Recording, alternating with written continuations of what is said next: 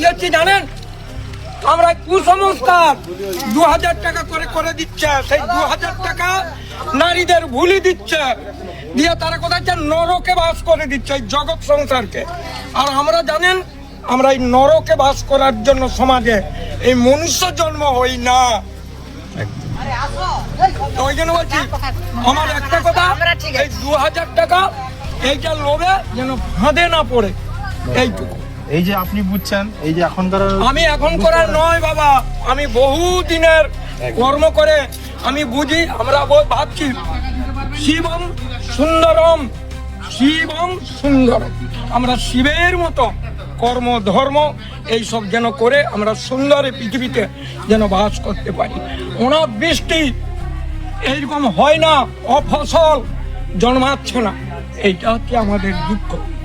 আজ কতদিন আমরা আর বাঁচবো? 74 বছর বয়স আমার, আর কতদিন? আমার বাবা অনেক বয়স হয়ে গেছে, সে বলছে ধর্ম পথে যাও, ধর্মে কর্ম করো। ওই জন্য বলছি যে এই অনাবৃষ্টি হচ্ছে এই 2000 টাকার লোক দেখি।